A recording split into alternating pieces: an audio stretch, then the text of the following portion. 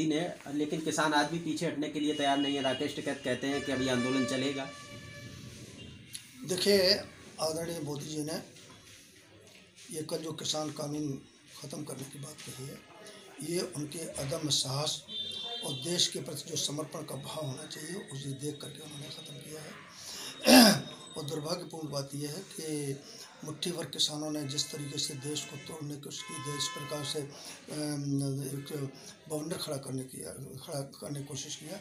और इसके पीछे जो राजनीतिक दल हैं, राजनीतिक दलों के नेता हैं, इसका अनुचित लाभ उठा रहे थे, जिनका इस किसान आंदोलन से कुछ लेना देना नहीं है, केवल वोट की राजनीति है। और सबसे बड़ी महत्वपूर्ण बात यह है कि किसान आंदोलन की आड़ में जो देश विरोधी ताकतें हैं वो इसका अनुचित लाभ उठा रही थी।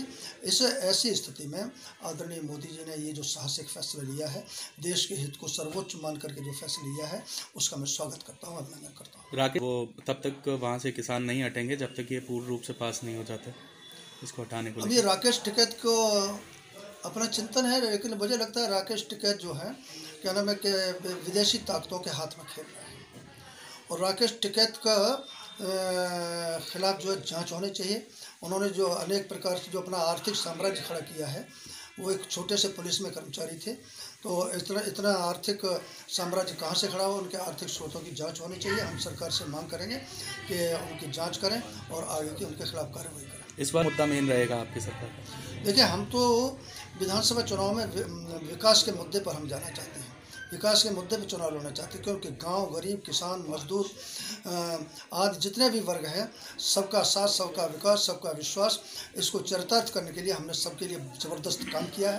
लेकिन ये विरोधी दल जो हैं, देश के अंदर सांप्रदायिकता का जहर फैला करके देश की एकता को, अखंडता को और उत्तर प्रदेश के अंदर जहरीला वातावरण बनाने की कोशिश कर रहे हैं, जिसे हम स्वीकार नहीं करेंगे। बाबूजी, आप तो कृष्ण के अनन्य भक्त हैं। अयोध्या में राम मंदिर का निर्माण हो रहा है। अखिलेश जी ने कहा था चुनावी समय में कि भाई बड़ी मूर्ति लगाएंगे सैफई के अंदर कन्हैया जी की, तो अभी तक मूर्ति तो लगी, लेकिन उसके बाद कुछ दिखाई नहीं पड़ा। आपको नहीं लगता अगर अखिलेश जी कृष्ण भक्त हैं तो उनको भी मथुरा को लेकर प्रयास करना चाहिए?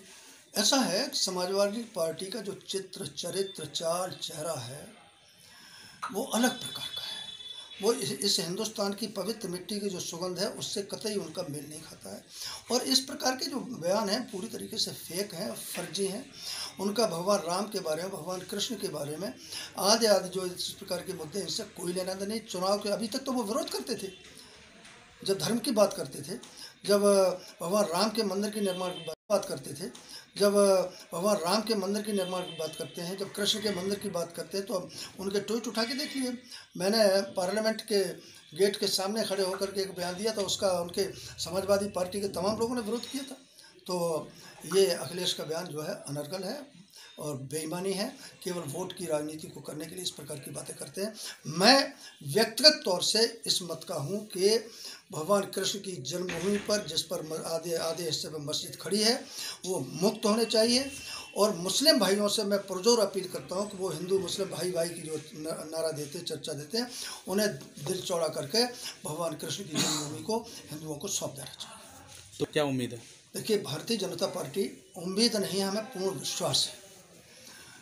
पहले तो ये समझ लो कि समाजवादी पार्टी यानी अखिलेश यादव जी 25 से ज़्यादा का आंकड़ा नहीं प्राप्त कर छू पाएंगे, और भारतीय जनता पार्टी कम से कम 350 सीटें जीत के आएगी।